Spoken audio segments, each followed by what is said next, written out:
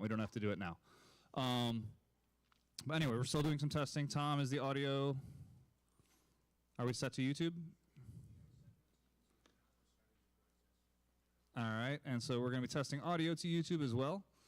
Hey, Charlie, come on, you can move up and sit down too. So can Ron. Yeah, that's right, I'm going to call you guys out. I see Omar back there. I see Noma back there still sitting out and talking. All right. Oh, yeah, that's right. I call you guys out, and it's going to go to YouTube too, so they're going to hear you. Tom, let me know when we give me a thumbs up when we're good. And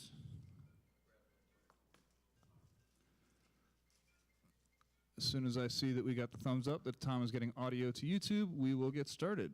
Could you guys share that YouTube link right now? I'd like to I'll just post it real quick. It is Augmented World Expo's YouTube page, so Okay. it's, I don't actually know the link off the top of my head, but it's basically, yeah, it's live to Augmented World Expo's YouTube. At AWEXR. So youtube.com/@AWEXR. Great.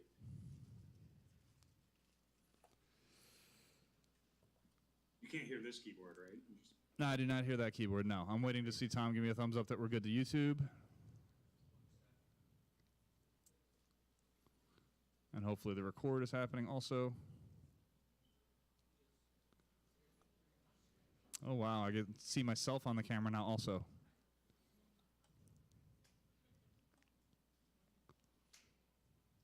How we doing, Tom? Oh, we're good. Okay, cool. So, hey, we're going to get started. All right, welcome, everybody. Give me a second to actually get control of my stuff and get ready to go. Real quick, show of hands in the room. Who has never been to one of these events before? Okay, a few of you. That's good to see. How about the virtual space, Matt? How about the virtual space? How many of you? Oh, look at that. My screen went down on the virtual space again. Patrick. Awesome. Welcome. So one thing that is sort of weird that's happening this time, just so you guys are aware, the virtual screen projection seems to be going out pretty regularly. I will be keeping an eye on it, but if it goes out, I will turn it back on. But with that said, so welcome everybody to the next evolution. Tonight we are here to discuss the next evolution of exercise and workout routine. For those of you who don't know me, my name is Matt Wren. I'm the founder of VRAR Chicago and the Next Evolution. My passions and expertise span a whole lot of emerging technologies, and that's all I'm going to say about myself. So if you want to know more, come up and ask me afterwards. But with that, the Next Evolution AWE Nite Chicago event series is now and always has been 100% free to attend. With that said, it is not free to produce. So we're going to throw this QR code up for a moment for anyone who cares to donate to support keeping this event series alive. I'll also have it up at the end of the night, so don't feel rushed to do it right now. But if you want to, I'll give it about 4 more seconds. With that said, the Next Evolution is also co-branded as AWE Nite Chicago. There are more than 30 AWE Nites all over the world. You can use this code for 10% off AWE USA, which is taking place in June in Long Beach. Yeah, sorry, I keep getting messed up with whether it's Long Beach or Santa Clara. So it'll be taking place in June in Long Beach. It's a great event. There are basically 3 major AWE Nite events that take place, AWE events that take place around the world. So there's AWE USA, which will be June 10th to 12th in Long Beach. United XR Europe, which is December 7th through 9th in Brussels, and AWE Asia, which actually just took place, and so I don't know if they have the next one scheduled yet. But with that said, you can also go to awexr.com to visit AWE Academy or find any of the other resources that that group has going. If for anyone who's actually going to be doing stuff with immersive technology, getting tied into the AWE community is a really good way to learn fast and drink from the fire hose. But with that said, we also want to thank our 2025 series sponsor, UL Solutions. We realize it's 2026. We're still talking to them. But that said, at this point, we want to thank them because they did provide a lot of money for helping us offset some of the production costs for last year. And with that, we will go to our venue sponsor. Where's Scott? Scott's going to run up here really quick and tell you guys about the lovely space that we're all sitting in, because if we didn't have a place like this, we'd have to find a different place to do the event. So, with that said, hey, Scott. Figuring out the pizza order still. The pizza will be here by the end of the event. Pizza will be here in about 30 minutes. So yeah, thank you all for coming. Good to see everybody. Scott Fetters, founder director of 2112. We're a membership-based tech and innovation hub focused on supporting startups in media and entertainment. We have a little over 100 companies focused on music, film, fashion, sports, design, brands that are looking at the intentionality of bringing those different industries together. The space that we're in now is surrounded by 140,000 square feet of rehearsal, recording, production. You can find more info at 2112inc.com. We host about 100 events throughout the year as well, and those are all listed on the website. So I'll be around all night. Looking forward to meeting everybody. Have a great night. Thank you, Scott. And with that, as I mentioned earlier, we also have our virtual venue. And so I'm going to hand it over to Caroline, who is our virtual host, to introduce herself and the venue. Hey, everybody. It's great to be here. My name is Caroline Dennis. And I am really excited to be here. I really am passionate about immersive technology and the power to bring people together and have authentic conversations like this. I kind of work at the intersection of immersive tech and health equity and social well-being, and I am part of not only VR Air Chicago. I'm a huge supporter of XR Women, and I'll share a little bit about that in a minute, as well as a global community called XR Symphony, and it's an IEEE community that's interested in building inclusive, sustainable, smart cities. But I'm really happy to be here, and I just want to also highlight a little bit about XR Women. We're thrilled to have one of our own here, Helen, here with us tonight. XR Women has been around actually since 2020, and there are over 1,200 women from about 60 countries, and they meet every Wednesday and in a series of different worlds. And they're really about leadership and collaboration and making a space for women in this space. Where we are now is in Frame, and I challenge everyone who's sitting in Chicago tonight to come to Frame. Come into Frame. You can come from your computer, and you can come from your headset, and it's a great place to gather, and it's a great place you can use your headset or your laptop or even your phone via your browser. So I'll point it back to you, Matt. All right, and I did not slide up to Frame because I was changing my screen because I noticed that it was going off. But that said, so that's Frame VR. Yes, for those of you, you can join Frame VR from phone, VR headset, website, you name it. We actually have a local downloaded computer, a downloaded web app for it as well. But with that said, I also wanted to thank our community partners who help produce the event, determine who the speakers should be, determine what topics we should pick, help with a lot of the planning and logistics. So we want to thank 1871, 2degrees.io, Envision, Patched Reality, and Unreal Chicago. And we also definitely want to thank our beverage sponsors, Revolution Brewing and System Seltzer. We'll say be aware that the System Seltzers come in 0%, 5%, and 8% alcohol, so make sure you know what can you're grabbing. And with that, let's get to the actual topic of the evening. Immersive technologies like virtual and augmented reality are transforming exercise by turning physical movement into interactive, game-driven experiences that emphasize enjoyment as much as effort. Rather than repeating static routines, users step into virtual worlds where their bodies act as the controllers, punching, lunging, squatting, or dancing to advance through challenges. Rhythm games, boxing simulations, and guided VR workouts place participants in visually engaging environments that help reduce boredom and lower perceived exertion, even as heart rates reach moderate to vigorous intensity levels comparable to traditional cardio workouts. Titles like Trip the Light Let's Dance demonstrate how immersive fitness can blend artistry and athletics using AI-powered virtual dance partners to teach salsa and other styles through realistic hand-in-hand interaction, creating workouts that feel more like joyful social experiences than structured exercise.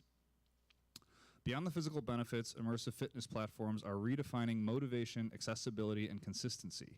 Social and competitive features, such as shared virtual spaces, leaderboards, and responsive avatars, encourage users to return regularly and push their limits, whether they're dancing with a virtual partner or going head-to-head in a realistic sports simulation. Games like Virtual Roundballers bring this approach to athletics, using natural, unrestricted movement and accurate physics to simulate real basketball play in a non-judgmental environment that welcomes all skill levels. These experiences also support flexible, short workout sessions that can be integrated throughout the day, making exercise more approachable for people who feel intimidated by gyms or burned out by conventional routines.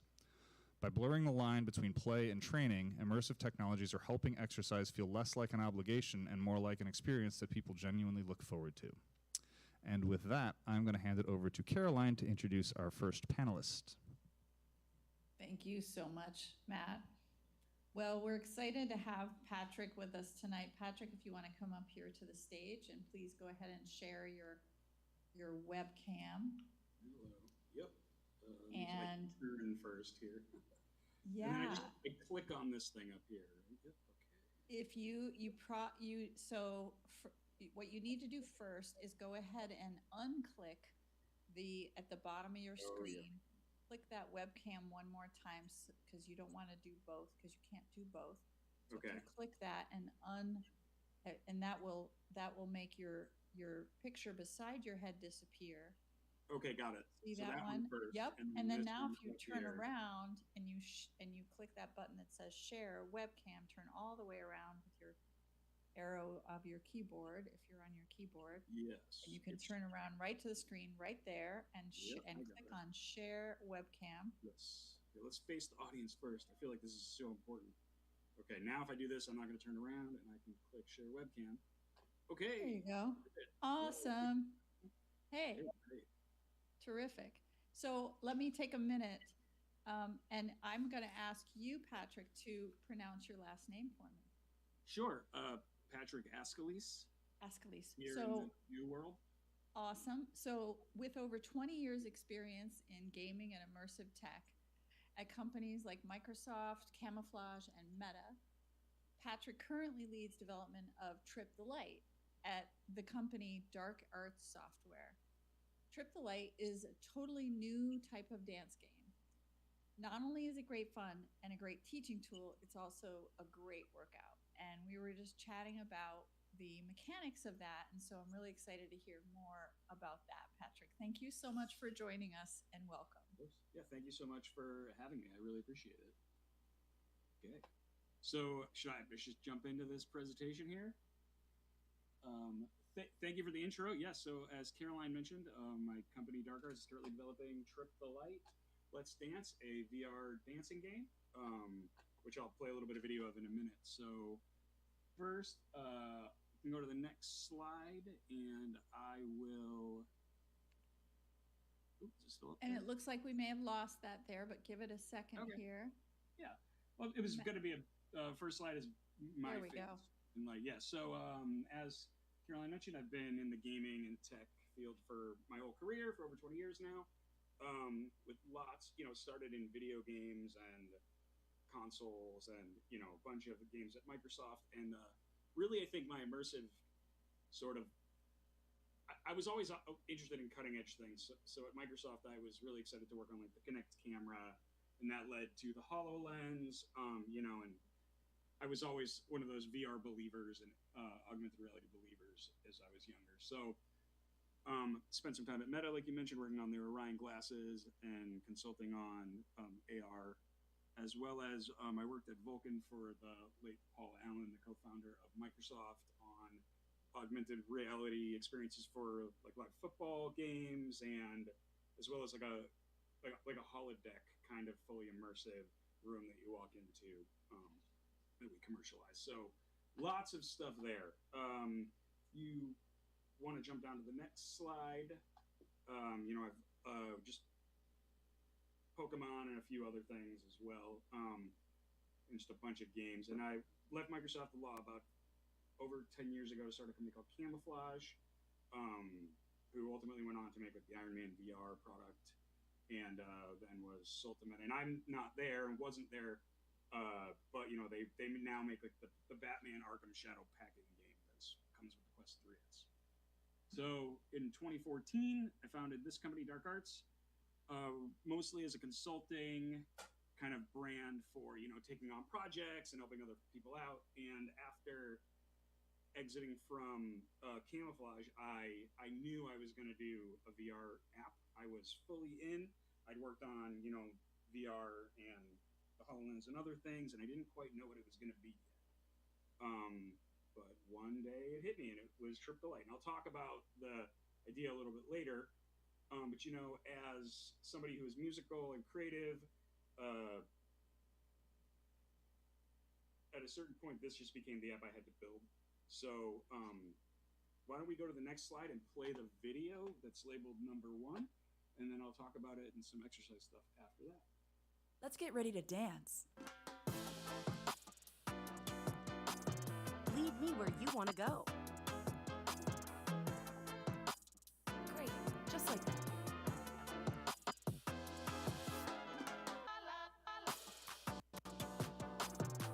You got it. Watch me.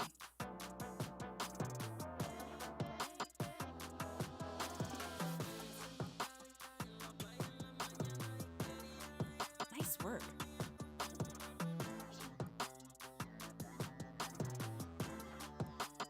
Quality combo. Trip the Light by Dark Art Software.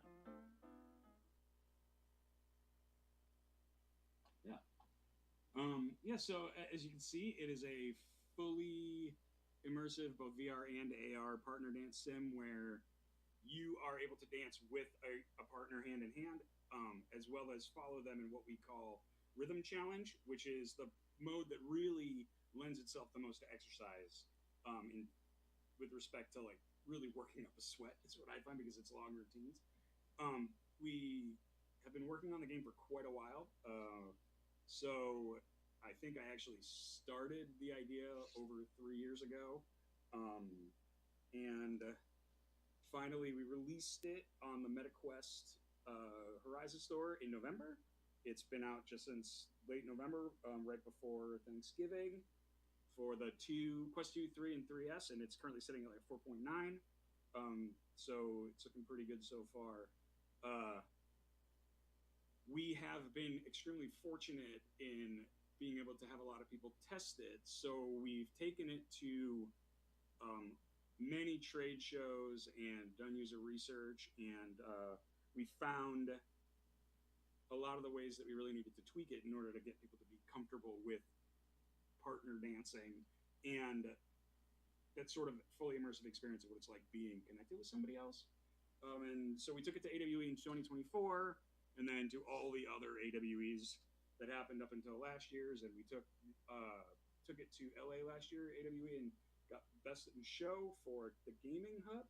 So that was a nice little boost right before we launched it. We have an update coming out next week, and our first male partner will be available, as well as a bunch of new songs. Yeah, so from the perspective of exercise, right, we didn't specifically design it as an exercise application. We always knew that it overlapped into the category, and for a while we were thinking, do we put it in that category or not? So the partner dancing is great exercise. It's fully driven by you, the leader, so sort of how much you put in is how much you get out of it. But we added the rhythm challenge mode last year, which plays a lot more like a traditional dance game, a lot more like a game like Supernatural, right, where it's dance routines that we've choreographed, and it is a serious workout, and we have different difficulties. And I break a sweat at work pretty frequently, and I think that's good. So as you can see, even in our marketing, because of the exercise elements, you can go to the next 2 slides too, just to see a couple different angles. But we're marketing as a game. It's got challenges like a game, but we have plans for things like calorie counters and other kinds of things like that. And the truth is that VR fitness inspired me a lot for how I designed the characters that are in the game. So all 4 of the dance partners that are in the app feel real. They're all based on real people, and we've given them personalities, and they respond to you and have like true voice actor, voice actress voices. And that really came to me because of playing Supernatural. I used to play it quite a bit. My wife still plays it quite a bit, and really found, for me, exercising with that connection to another person, like a coach or somebody that is just fun, right, to kind of guide you through, has always been a piece of it. So I really wanted to make sure that the players had an experience that came as close to that as possible with full 3D avatars, because what we can do with full 3D avatars is, we can give you a much more dynamic experience. But the pipeline takes a little bit longer for us to like crank out a new song and things like that. But we can do some really neat stuff. So let's see. Maybe we should go down to the next couple slides. All right, where are we at here? Okay, so yeah, the idea. So like I mentioned, I knew I was going to make a VR app. I've been very, very interested in cutting edge tech, Connect, and HoloLens, and AR and VR for a while. And I had a few ideas I was noodling around with, and my wife and I were at her cousin's wedding in South Carolina, and we were on the dance floor, and then it just sort of like hit me, like, this is the application, this is the product. We're having a great time. We used to go out dancing fairly frequently. We have a bunch over the course of our relationship, so that made it just hit me like this app needs to exist, and I think I just happened to have the right sort of mix of skills. Right, I knew about VR and AR. I knew how to do this kind of dynamic animation stuff from my gaming background, and knew just enough to kind of get it off the ground and get it upright and moving. Right, and then we work with real dancers, with real people in the motion capture suits to help us do choreography so that it feels good and it looks good. Yeah, so that's how it came to be. I had all these other VR AR ideas as well, and I still have them for the future. But ever since that day over 3 years ago, this is all I've been really able to think about. Yeah. So and keep me on time. I apologize if I go over. And then I think the next one, this is the next video. One of the things that we like about it, that our top metric, as we like to say, is that everybody smiles, right? So we have all this data, right? Like, people play it, they do this, they do that. Here's what they say, but everybody comes out of the thing smiling and has a good time, almost universally.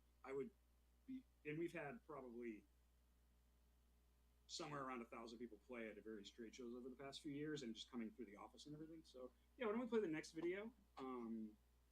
The one that's labeled number 2, with a whole bunch of real people playing it. Yeah, that looks like a lot of fun. I'm just gonna say. Right, she looks like she's having a good time.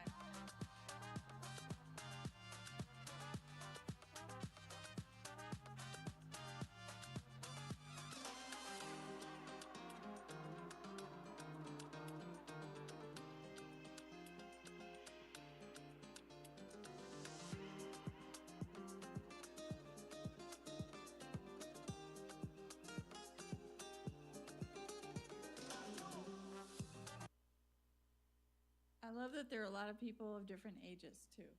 Yeah. So that's been another Yeah. thing. We found it to be pretty Yeah. universally well liked. If we can get someone in to play it, they usually come out liking it. Yeah.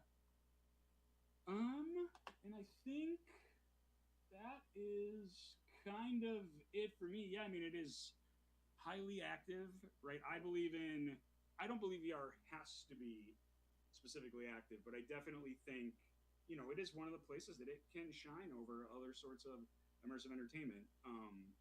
And I don't think it should try to be a replacement for your console or your PC or your phone, right? It's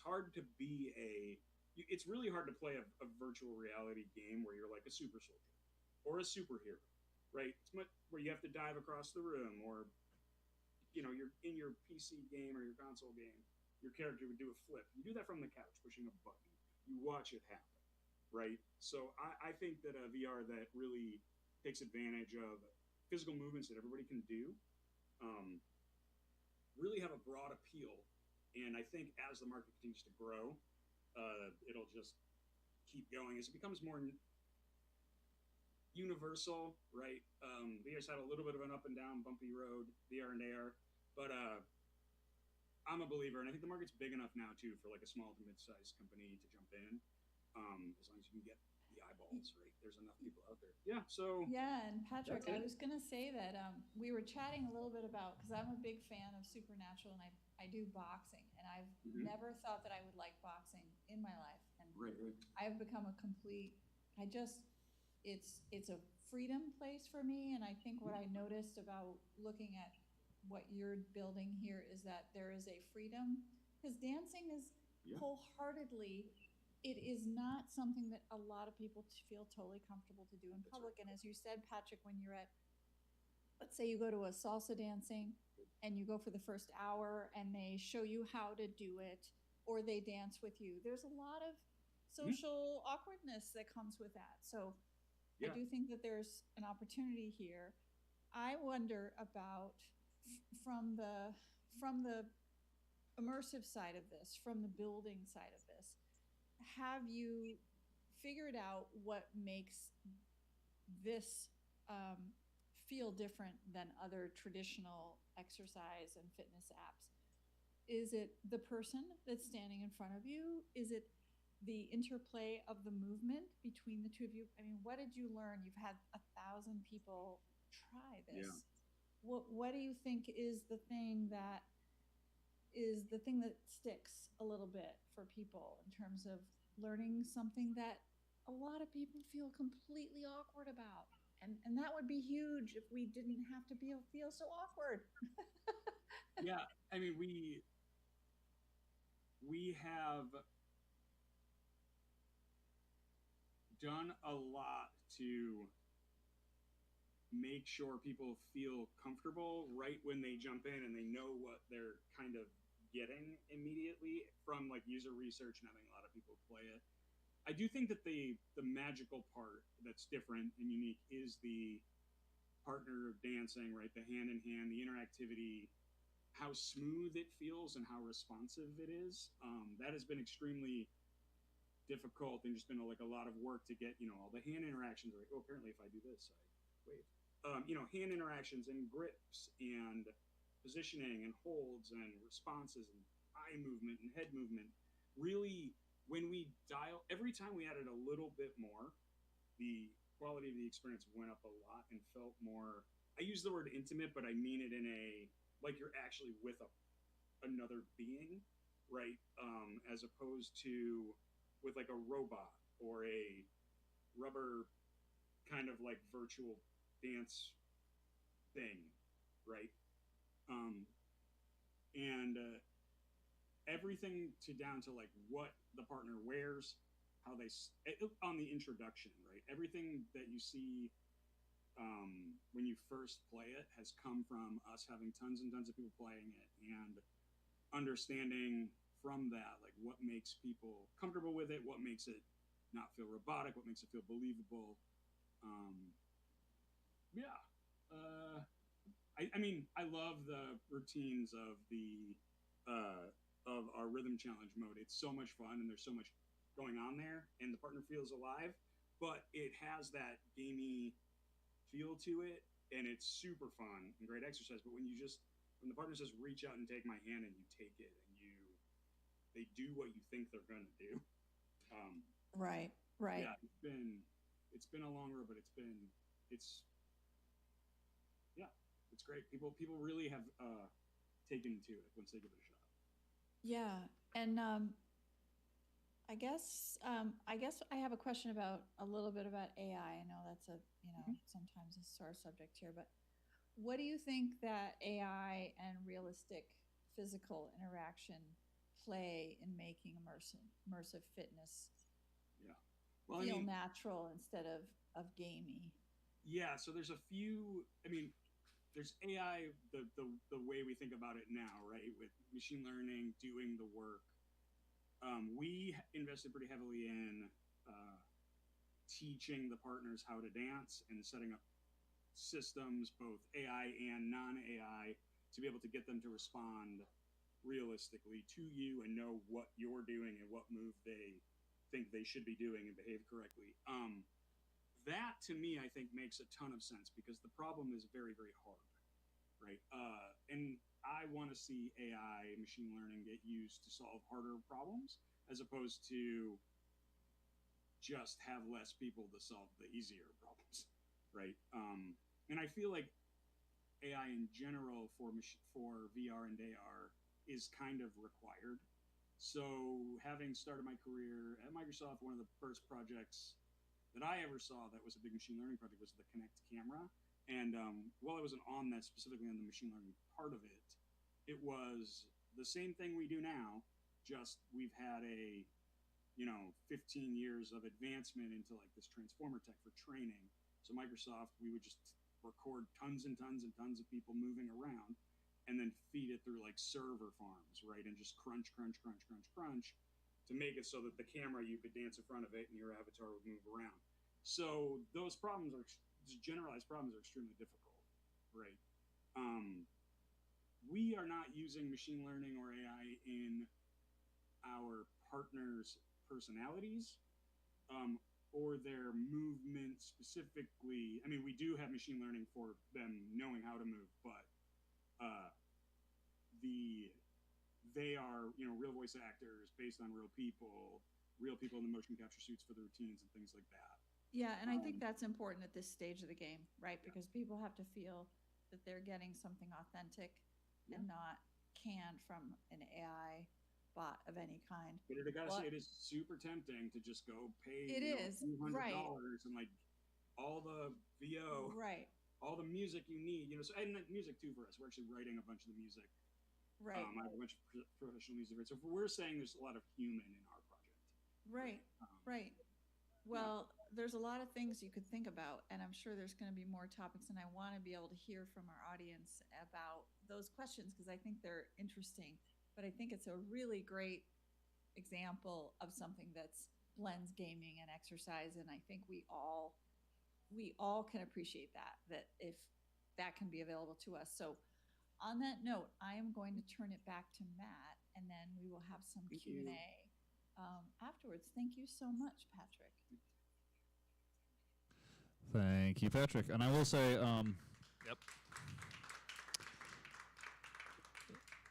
as we've been setting up and doing all this stuff, I did get to see at least 3 people here do the actual dance routine, and all 3 were smiling. So with that said, you can add that to your numbers. Yay. But right now I want to introduce Christine Schwartz, co-founder and CEO of Virtual Round Ballers. She's going to come up and grab a microphone. Christine Schwartz is the CEO and co-founder of Virtual Round Ballers with a background in startups and entrepreneurial companies across finance, ops, and marketing functions. She's also passionate, both personally and professionally, about sports and fitness, having won ESPN's Muscle Mania's natural bodybuilding competition. And with that, go ahead.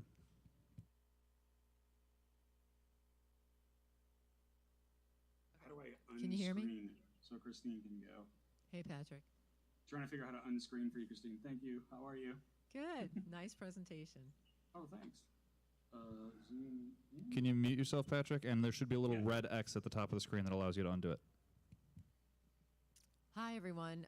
Thanks for coming out tonight. I'm Christine Schwartz, co-founder, CEO of Virtual Round Ballers.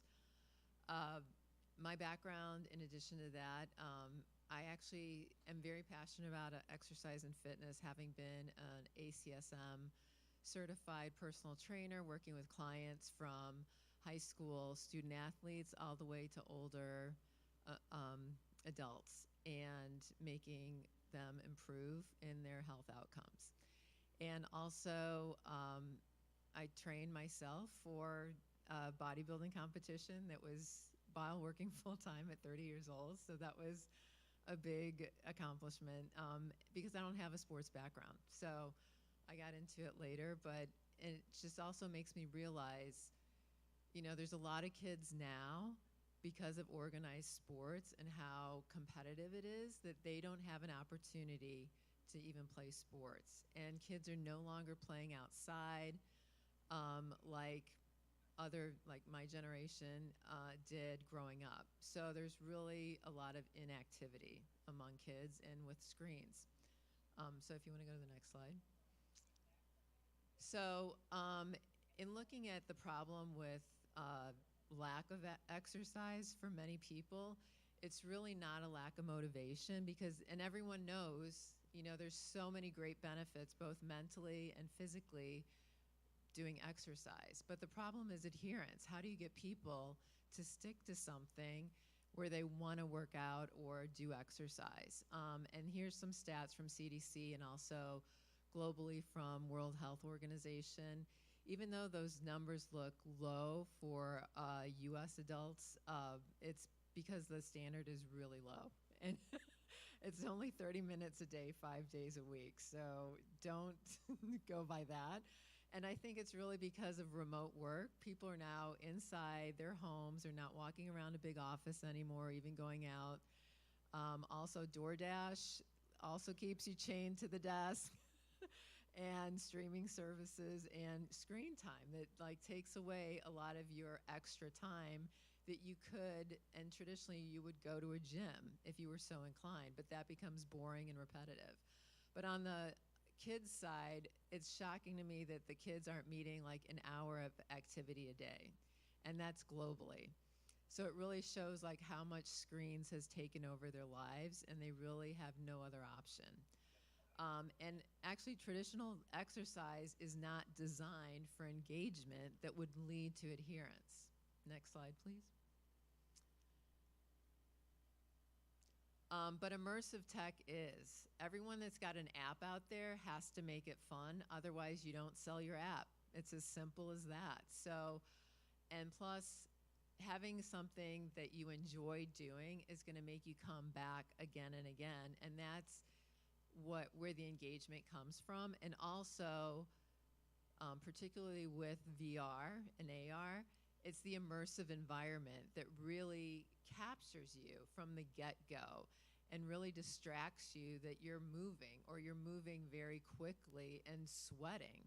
Just like in Trip the Light, like you get lost in the motion and you can get exercise that way. And so that's what will bring adherence, that you're gonna stick to something. Even if you start out 3 minutes, you know, it's something, and then you wanna build that up. And it also, you know, it's a low barrier because you can just have a charged headset, put it on, take a 5-minute break and do that during the day. Much easier than trying to get to the gym or even a sports league. So immersive tech really creates what I feel is an engaging, enjoyable experience that really leads to that adherence. And it's open to everyone. It's accessible too, which I really like. And also it's non-judgmental. Like you can go in, like Caroline explained, you can go in and have that freedom to mess up and just practice, because that's a lost sport. No one wants to practice. Everyone wants to come in as an expert. Okay, next slide, please. So virtual round ballers, we're creating a new way to engage with sports. And this is a full body movement VR basketball game. We're starting with our MVP. It's defense only. We wanted to make it easy for anyone to play because we really want to appeal to the billions of basketball fans that are around the globe, where the majority never step foot on a court and play, yet they idolize these players that they see playing and admire their athleticism and wish they could like play like that. But even for me, I didn't grow up playing sports. My parents are immigrants from Eastern European, so it wasn't really pushed in my household, especially for a girl. So I feel like unless you practice young, and even now when I do these game activations, and we tested this early on with the Cleveland Cavaliers at their playoff games and G League home games, and we won G League Partnership Activation of the Year award. So, because again, we wanted to test it with live and see the real feedback. Like with Patrick, everyone left with a smile. Same thing with ours, because we just didn't want to rely on blind surveys to get feedback. We wanted to know, does this really resonate with basketball fans? And it really does. And it also draws in, you know, all ages and all abilities. And we designed the game specifically to be adaptive to all skill sets, because we know that like not everyone's a baller, but you can be in our game. And that programs the adaptive AI, because we take your measurements in the locker room, a virtual locker room, based on where the headset and the hand controls are. And that programs the adaptive AI. So that opponent of yours competes against you at your own level. And as you get better, the avatar gets more competitive. And so that's how we use AI in our game, It just learns off of your movements in real time. And then we make it fun and engaging because our avatars talk trash, and it really brings your A game.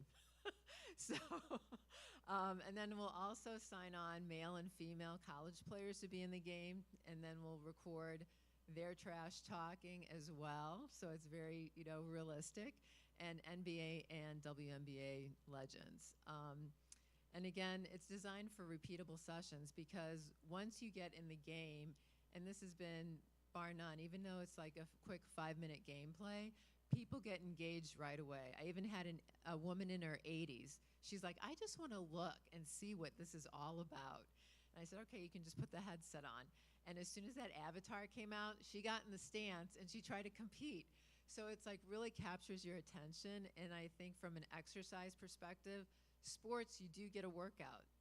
And then in this, because sports is also meant to be fun, but we've lost that with our kids, I think. And the parents, a lot of parents have ruined that for their kids.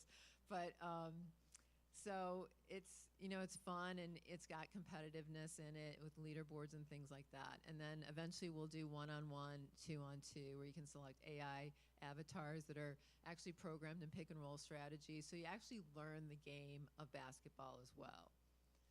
So, so thank you. Want to roll your video? Oh yeah, sorry, the video. Do you have sound? Does it have audio? Yeah. Got a custom rap song. I'm about to hang 30 on. Place it back, the Euro step looking sturdy on. You know I keep that 42, I'm going worthy on. You ain't come to play, why they even put a Hey, jersey Matt, on? we can't see it in frame. Can you put it up there? But it's all at the me, VR. Yeah, give me a second. I'm going to actually start it over because I missed the audio at the start also. So give me a second. Because we want to see it on the big screen, Christine. Okay, thank you.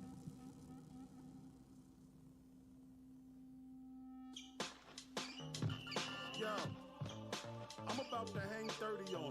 Place it back, the Euro step looking sturdy on. You know I keep that 42, I'm going worthy on. You ain't come to play, why they even put a jersey on, okay? The way I shoot, you should come to protect. Team sake, but it's all at the me, VRB. Pick and roll, give and go when it's game time. I get in a different mode when it's game time. I go big in the post when it's game time. VRB, you get roasted, it's game time. Thank you.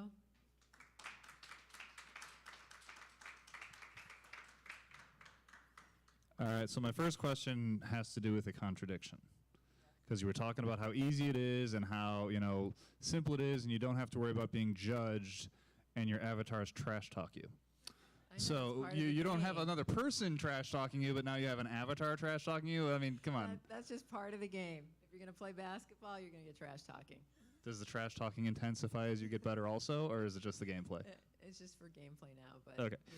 But once we have like those custom avatars, they can record what they want. It's very real then. You need to record some Angel Reese playing against Caitlin Clark. I'm Yeah. just saying. So the first question I have for you, real quick, just for people who are new to kind of the concept of immersive fitness, what do you think makes moving in VR feel different from like working out at a gym or following a fitness app on your phone? I just think you get lost in it because it is so immersive. So at a gym, you're in a gym and you're like, I think you're more in tune with like how much it's hurting your muscles versus like being distracted by the immersive environment. So you can actually like focus on the game elements, or if it's gamified, or like this is a sport, so you're focused on like competing against that avatar, or in dance, like with your partner. So it's more distracting, and I think, and it takes away from the agony of working out. Okay. So specifically basketball, because obviously basketball requires a lot of coordination. And, in addition to coordination, being coordinated, there's obviously the cardio aspects and also, to a certain degree, the decision making. What kinds of physical and mental benefits do you think players are going to get from immersive sports simulations like virtual round bowlers? Well, even with our defense, some pro players who have played it, we work with Chris Mullen, who's an NBA legend. He's one of our advisors. He'll be the first legend in the game. And we've had Draymond Green play it. We've had a number of players, and they're like, you know what, you can practice lateral movement in just your defense. Because everyone's like, when's offense? Everybody wants to do three-point shooting. But it's like there's a lot of value in just getting like your quickness on lateral movements where you can't necessarily train for that, or if it is, it's too boring. So it really allows that type of training as well and practice. And so you get to learn how to play basketball because it is real basketball. So that's the other thing you can get out of it. Okay, sorry, I'm checking things. Okay. Had one more question for you that if I can find my mouse, I will get to it. So from a business and fitness perspective, how do you balance the fun with making sure that the experience delivers a real workout, but also driving that adherence to keep people coming back? Because obviously if people are coming back, then it's an actual game that you're going to get sales on, and people are going to keep coming back to it. So how do you balance those three? Well, we want to make it challenging too with the leaderboard because sports is inherently competitive. And I think when people, play it, they're like, I bet I can do better next time. And it starts out at their level, so they're not completely like blown by and getting dunked on, because then they want to quit. They're like, this is too hard. I don't want to stick with it. So we balanced it with like the adaptive AI that makes it, adapt to your own movements and gets better as you get better. And so it gives you a real chance to improve. And just the competitiveness will have you with leaderboards and other challenges and prizes. It'll incentivize them to come back. All right, last question for you real quick. What are the athletes that you've had do this? Like, what's their kind of main reaction? What's the consensus among athletes who are playing? They're like, this is how it really is on the court, and they're blown away by that. And in fact, our scrappy MVP that we had before this, we bought the Madison Square Garden in the game. And we did it at Draymond's inauguration of the Hall of Fame at Michigan State. And so we had all their current players play it, and him and some other alumni. And they're like, oh my God, this looks exactly like Madison Square Garden. Even like Steven Izzo's son is like, there's my locker right there in the locker room. And besides that, they're all like, you have to do training. This would be so great for training. And I've also met with NBPA, Purvis Short, who runs the rookie training program. And so they're also interested. So there's a lot of applications for it. But it's real, is what I've gleaned from the pros. All right, so I'm going to say thank you, Christine. But before you go away, we're going to get to the actual, the main Q&A. So I'll say thank you for your presentation. Okay. Let everyone give you a round of applause for Christine. Yeah. And awesome, Christine. I'm so excited by that. That's so amazing. Thank you. I'm going to hand a microphone to Ron, if that's okay, for a Q&A, for audience Q&A. And also, Patrick, at this point, if you can come back up and get yourself back on the screen, because at this point, this is how audience Q&A works. Because this is a fun, interactive event. We want our audience to actually be able to ask the questions and get anything you guys want answered. But our audience does exist in a couple of different spaces. So there is audience in the physical room here, obviously. There's audience in the virtual space. There's also potentially audience watching the YouTube.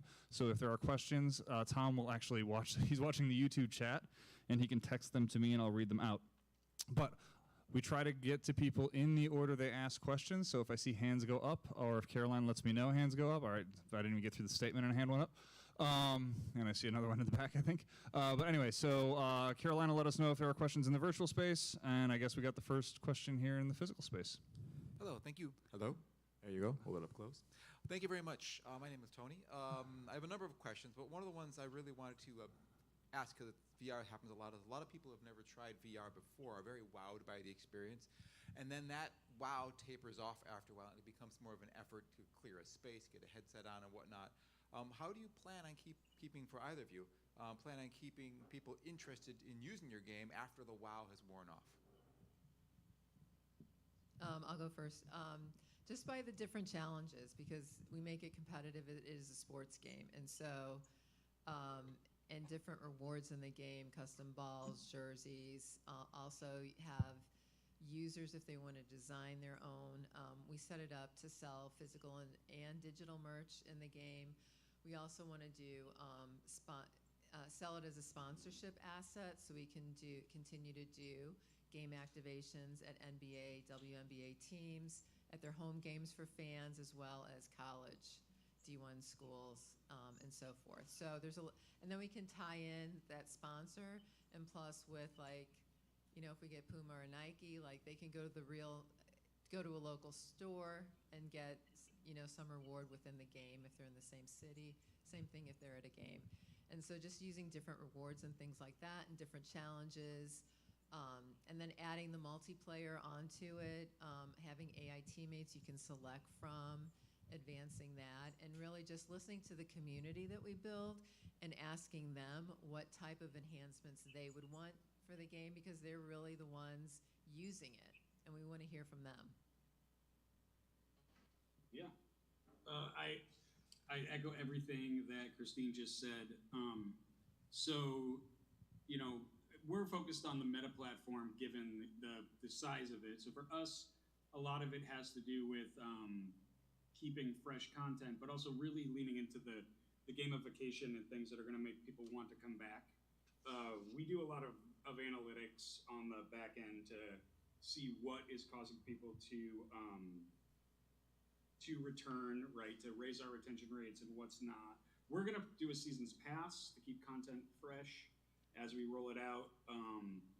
And, there's like things like Christina, there's like rewards and in-app swag, and partnering with the people that work on the game with us. So to kind of get people interested in it. I do totally get the feeling that you mentioned about people, maybe the luster has worn off after they played it for a little while.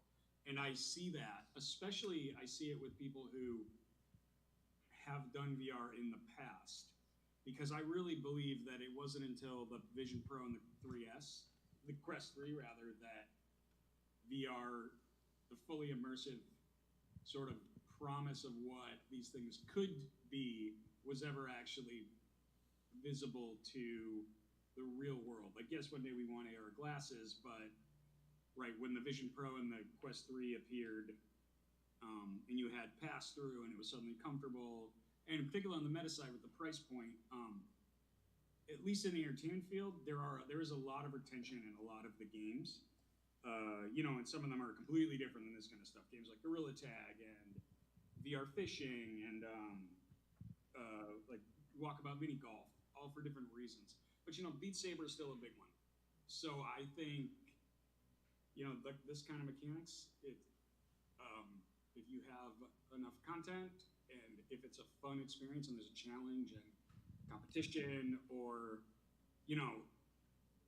but the way you do it is with analytics, right? So that's what we try to do. We try to figure out, hey, when we add this or tweak that, can we do a test where we can see a higher number? And we've worked really hard on trying to break down the barriers that make VR clunky, and we don't do any like laser fingers, because like you said, a lot of people haven't used VR before. So you pop into AAA and you press buttons, right? You're 3 buttons in, you're dancing, and that's it.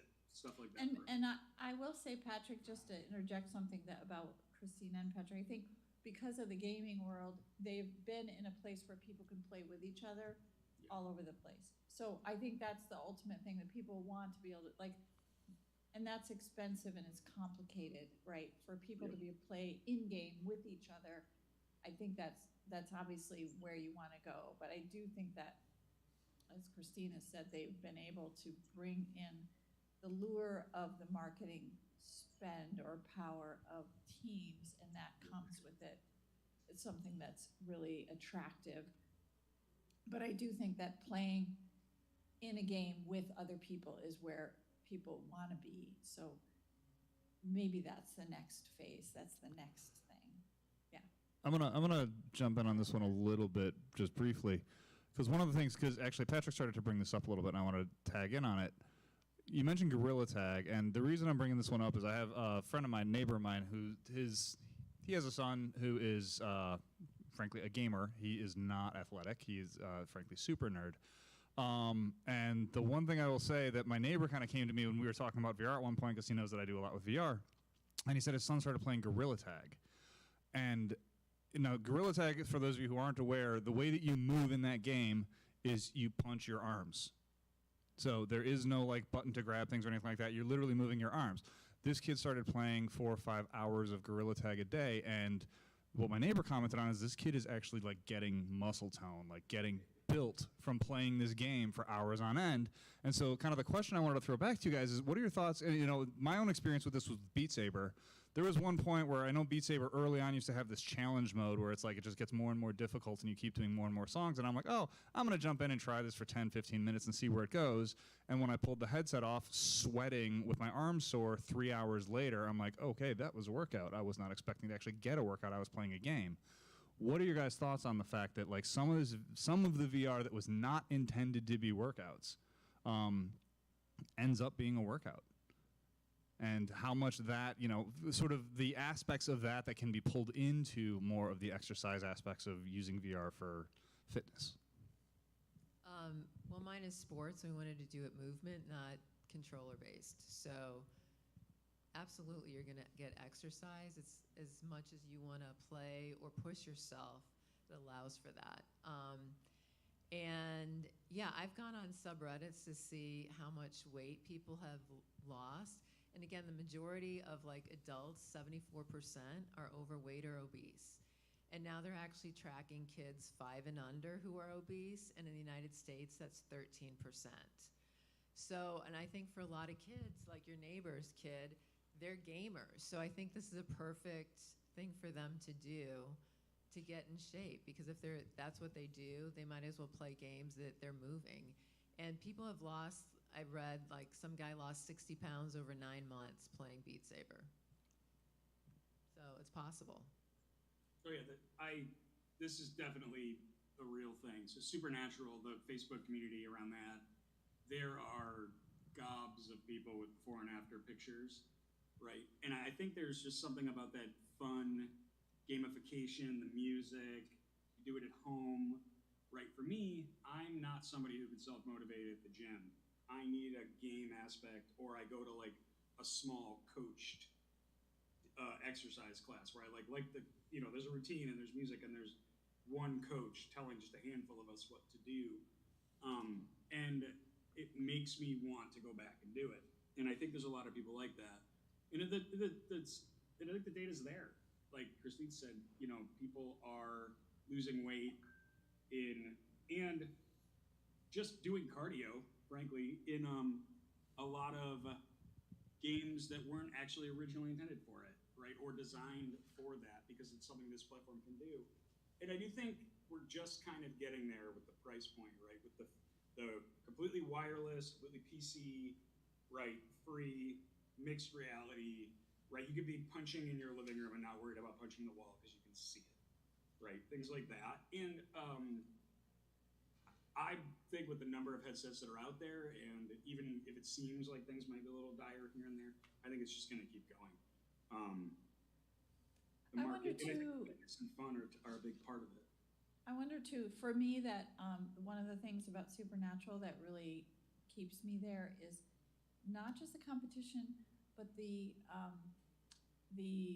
coach presence of pointing out things about my well-being and my sticking there. It's really like almost borderline on like a therapy / coach / motivation. And that's what I gravitated. That's what got me into boxing. It was the coach or the trainer talking about barriers and stuff that I was dealing with and getting rid of stuff. And that stuff felt very personal to me. And I think there's that too, that kind of inspirational side of what a coach can do, which no one else, it's sort of like that other presence in your life. Yeah. No, I agree. I think, I mean, I'm assuming you guys are all aware of like the Supernatural thing that just went down. They laid off all of the coaches a couple weeks ago, and they're not going to produce new content. You know, and they're producing new content every day, and it's been a PR like bloodbath for them on that community, because that's what really draws people to it. It's what makes it interesting to me, and is, you know, hey, I like these folks. they tell their stories while they're coaching you along. They really did. You could tell they really like what they do, and they're professional coaches in real life, right? And they're kind of like minor celebrities now. Like I follow a bunch of them on social media, and it's it's Beat Saber with no fail and bigger movement, right? But I've always gravitated more towards the supernatural part because I liked that exercise piece, and it actually got me moving. So yeah, and I think. I know Zuckerberg used to say early days, he thinks VR could be like the most social platform. And I do, even though I may not agree with his approach towards how multiverses and metaverses could kind of work, I do think that both real interaction and interaction with both canned, like in Supernatural, canned real coaching routines, as well as like future AI-driven much more intelligent, realistic feeling avatars is really going to be something that makes VR different, right? Than looking at something through a window through a screen. So I'm gonna tag in real quick just for the update for those of you who don't know. Meta laid off about 1,500 people a couple of weeks ago, including most of the people that were producing content for like the Horizon Worlds, things like Supernatural. So, and they own several of the bigger titles, one of them being Supernatural. And so it's obviously Supernatural was an insanely popular VR game that a lot of people were using for fitness on a regular basis. And so the fact that now there's a question about what the future that's going to be. I mean, frankly, you close one door, it opens another. Someone else could very easily recreate something like Supernatural. I know there's a similar game, not the same. I shouldn't say similar, but there's O-Shape, which is another movement-based game like that a lot of people were using and saying, okay, well, is something like this going to be what's next? But that said, I'm going to keep looking for more actual questions from the audience before we jump out. I see one in the back. Yeah, that's Charlie. And Caroline, you got to watch the virtual space for me and let me know if there's any there. I am. Thank you. Go ahead, Charlie. I just have a quick question. Have you found any significant issues with motion sickness or balance problems with any of this stuff while you're using it and testing it? Not for us. I mean, our developers have really developed at a very high frame rate. And so even the design starting in a VIP lounge, that gets people acclimated to the VR environment before they actually start to move around. So that's very intentional. Because that's the last thing we wanted, because that was complaints from VR years ago that everybody got sick. And we even see it when we do our demos. Oh no, I'm not going to try it because I get sick whenever I'm in VR. And there's also a lot of like off-the-shelf VR that's not very good, that does make people sick. So that's been their experience. So yeah, so we've been very intentional to make sure that doesn't happen. Yeah, and the same with us.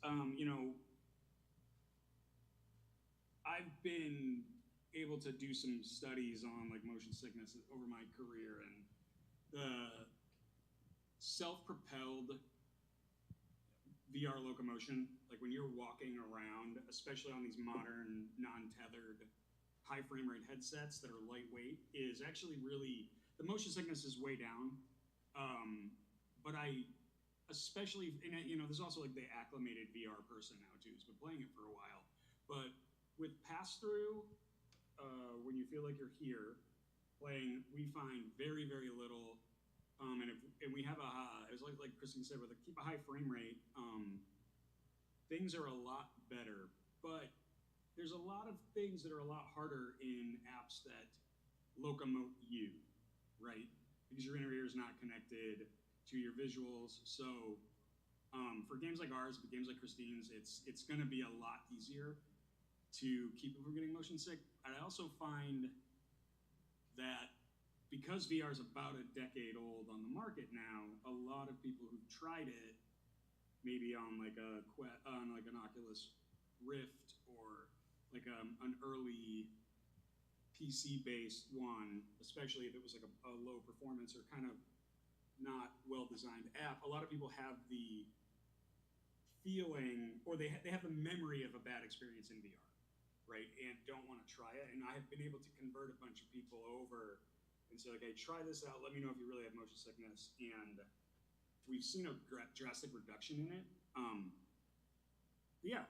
And also, like, just the design language has gotten better. The headsets are better. I think for me, one of the biggest challenges that I see, at least with the affordable Meta headsets that most people have, is the quality of the straps that come with them are really low in terms of like seating the devices in a really good way, and it leads to a lot of like they're on your head incorrectly and they're not in the right spot. So a lot of people's first experience, even with these newer headsets, I'm finding, unless somebody's got like a nicer aftermarket strap or they've got a kind of a more experienced person helping them set it up, there still is sort of like some signal about discomfort that I think could be alleviated if, you know, there was another $1.50's worth of plastic in the box, which I know they're already losing money, so it's not, you know, I'm not trying to act like it's a thing, but it is, part of it is a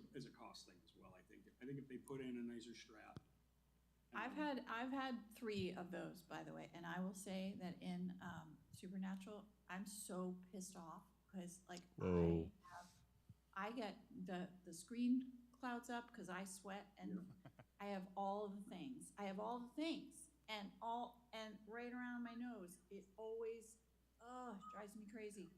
So I have an issue with that. Yeah, the sweating thing that they're definitely struggling with for sure. Yeah, I'm gonna, before I get to your question, I got one question from YouTube that came in. It beat you to it, Ron, sorry. So we have a question from Puppet Missy, which should be a relatively quick one. We'll try and keep this one quick for the presenters. Just what is the next step that, for each of your speakers, like what is the next feature? What's the next thing you're building?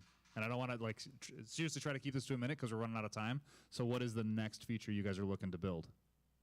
Well, I'm going to do private events on the North Shore here to generate money to get the beta version on the App Store. I feel like this is a test because Puppet Missy works with me and is the production director on this. Oh, that's good to know. So, well, we're shipping next week a new partner and new dances and stuff like that. And then on the roadmap, of course, we'll have other, we'll have other dance styles in the future. But in the immediate term, we're going to have some Valentine's Day and Zaw coming up. Okay, Ron? You can. Thanks, Alyssa. So you've both shared a bit about your inspiration for creating your apps. I'd like to hear a little bit more about your journey in building them and getting the funding, sourcing the talent, and some of the hardships you had to overcome in order to get as far as you have so far. So before you guys jump in, this is a really involved question, but I'm going to give you guys about 2.5 minutes each to answer because we are running out of time. So go ahead.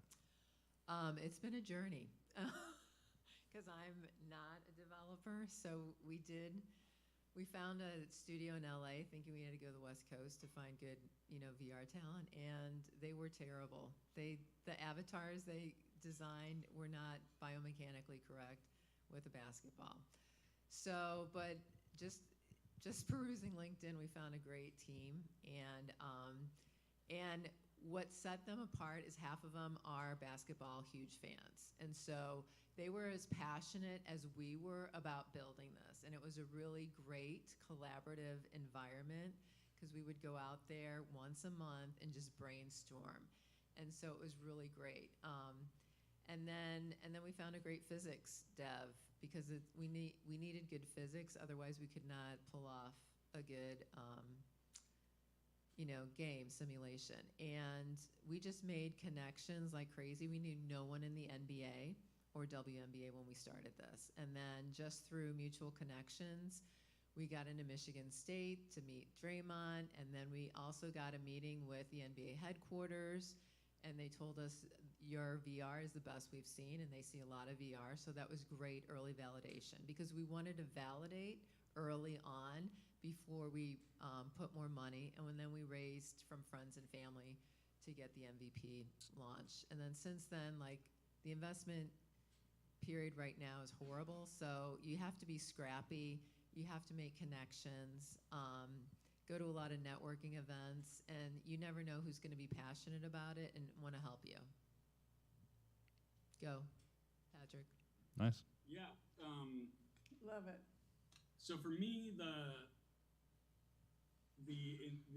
kickoff of the project, I was fortunate with having had a long career before camouflage and then having an exit from there. So I was able to self-fund the project.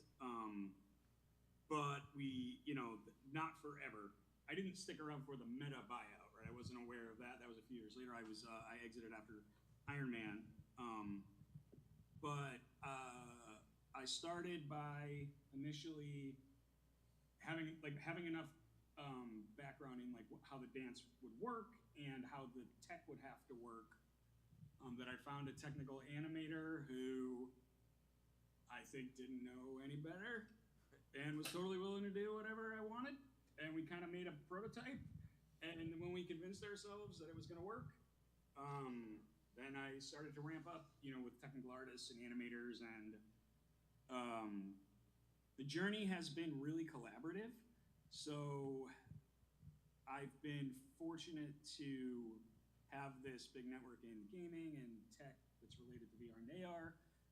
And also, I used to be a pretty active musician, so I have a handful of friends who actually stuck with that. And as I transitioned my creative more into the gaming, the creative side of these kinds of projects, as opposed to just the tech, some of my friends that continue being as professional musicians, have come to the table to help us build a bunch of our own music, right? So we're gonna have to go out and license a bunch as nobodies and things like that. We did do a Kickstarter, and it's the second one I've done in my career, and I didn't really learn enough from the first one. Probably could have stayed myself 4 weeks not thinking about what I would do with $1 million, even because we only got 50 grand, right? We went through all those stages. Oh, I'll give you this and this and this. If we get $800,000, right? And did a little bit of friends and family, but mostly it's been about just networking and being open and trying to find people that want to be part of it. And AWE actually has been enormous for us. We've had such a great run with participating in 4 or 5 of the actual big AWE events, including Europe and Asia and a bunch of other trade shows too. But AWE has probably been the biggest one in terms of networking that has really helped us a lot. Yeah. I would say one of the biggest trials, and I know I'm probably going over. You got 5 seconds, Patrick. Yeah, meta has not been very helpful. That has been much more challenging than I thought, especially when they opened it up where you didn't need to go inside the walled garden. I thought that was going to be a little bit smoother. But that's it, yeah. All right, so we're going to get to closing remarks. Here's how this works, and this is mostly so I can give each of our presenters the chance to think about what they want to say for the 20 seconds that they're going to get to basically give a closing remark about whatever they want. They can pitch their product. They can just say what they think is going to happen in the future with XR. They can talk about anything they want. They can challenge the audience. Entirely up to them. They have 20 seconds. But each of the panelists is going to get 20 seconds to give a closing statement of whatever they want. Then Caroline will give a closing statement, her closing remarks. I'll give some quick closing remarks. We'll do some quick housekeeping.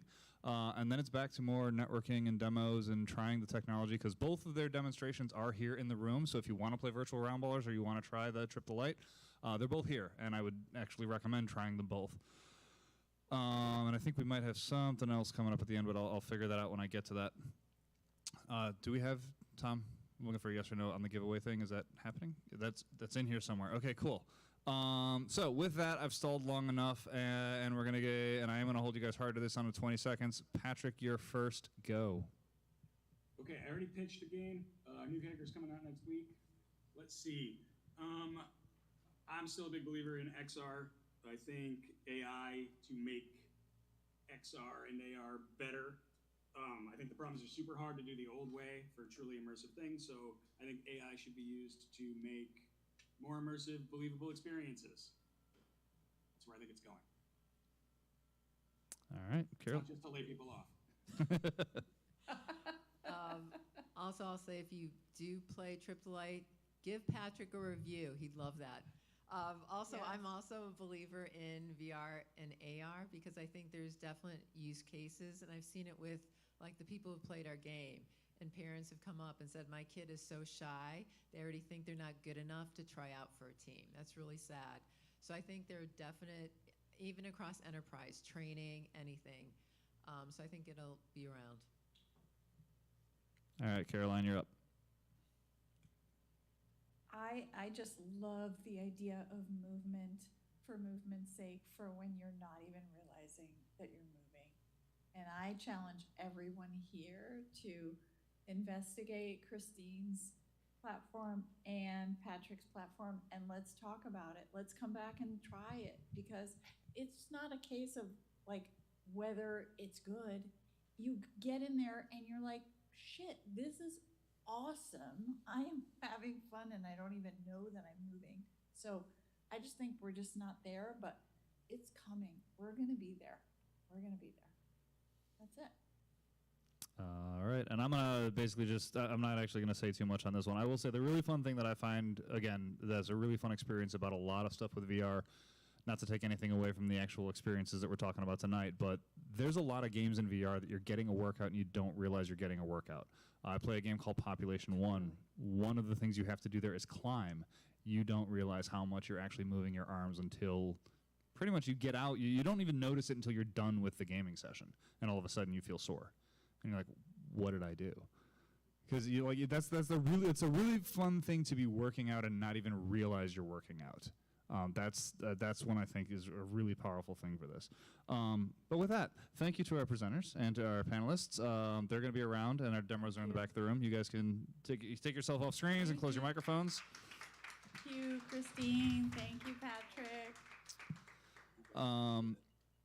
I'm going to get back to this slide, which is our donation slide. We talk about that all the time. But before we do, I want to get to the fact that we got a little challenge. So for you who are big on social media, watching here live, watching in the virtual space, because this is a timed experience, Trip is giving away the game for anyone who actually wants to get it for free. And the way you get that, the first 10 people to post hashtag the next evolution and tag at Dark Art Software and at VR Chicago. I believe they have to post it on linkedin.com/company/darkartsoftware. Will receive a code to redeem a free copy of Trip the Light for MetaQuest. So I'm going to leave this out. I'll put this back up, but they're giving away the game for free for anyone who wants to actually get it. And if, again, you can demo it in the back of the room and you can get it for free. We'll leave this up here. We'll see how long it takes for people to do this. What is that? Oh, we actually wanted to give another shout out also. Sorry, I got to find, I lost my place in my script. Oh, so one of the things that we've been talking about here is taking a little field trip as Augmented World Expo, AWE Nite Chicago / The Next Evolution. We've been talking about going out to EXP in Rosemont. And so we're kind of gathering interest to see if this is going to happen. And we actually have some folks from EXP in the room. Raise your hands. They didn't know this was coming, by the way, at all. So sorry to throw you guys on the spot. But we do want you, for those of you who are watching our videos, we know we get people who watch the videos after the fact. We know we have people in the virtual space. If you're interested in joining us for a VR experience on a little field trip, as well as a behind-the-scenes tour, shoot an email to info@thenextevolution.org and let us know you're interested. And we're going to talk about organizing a trip this summer.